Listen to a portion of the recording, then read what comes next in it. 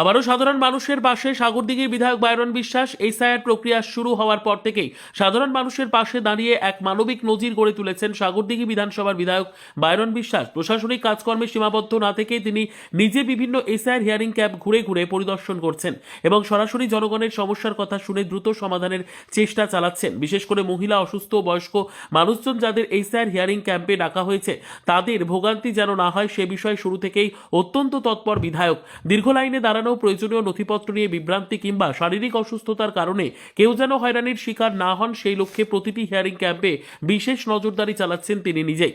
আজও তার ব্যতিক্রম ঘটেনি। অফিসে বসে শুধু নির্দেশ দেওয়ার মধ্যে সীমাবদ্ধ না থেকে বিধায়ক বায়রন বিশ্বাস নিজে উপস্থিত হয়ে বোকরা 1 নম্বর গ্রাম পঞ্চায়েতের অন্তর্গত মেঘাশিহারা হাই স্কুলে অনুষ্ঠিত এসআইআর হিয়ারিং ক্যাম্প পরিদর্শন করেন।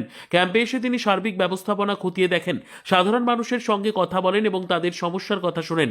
কোনো মানুষ যেন এসআইআর সংক্রান্ত বিষয়ে অকারণে হয়রানি বা হেনস্থার শিকার না হন সে বিষয়ে বিধায়কের কড়া নজরদারি ছিল চোখে পড়ার মতো। প্রয়োজনীয় ক্ষেত্রে সংশ্লিষ্ট আধিকারিকদের সঙ্গে কথা বলে সমস্যার দ্রুত সমাধানের দিকেও জোর দেন তিনি।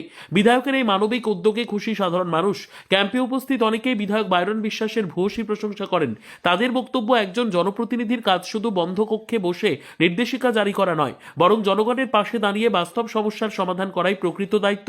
সেই দায়িত্ব নিষ্ঠার সঙ্গে পালন করে চলেছেন সাগরদিঘির বিধায়ক বায়রন বিশ্বাস। এদিনের হিয়ারিং ক্যাম্প পরিদর্শন আরও একবার প্রমাণ করল প্রশাসনিক দায়িত্বের পাশাপাশি মানবিকতার দৃষ্টান্ত স্থাপন করাই তার রাজনীতির মূল লক্ষ্য।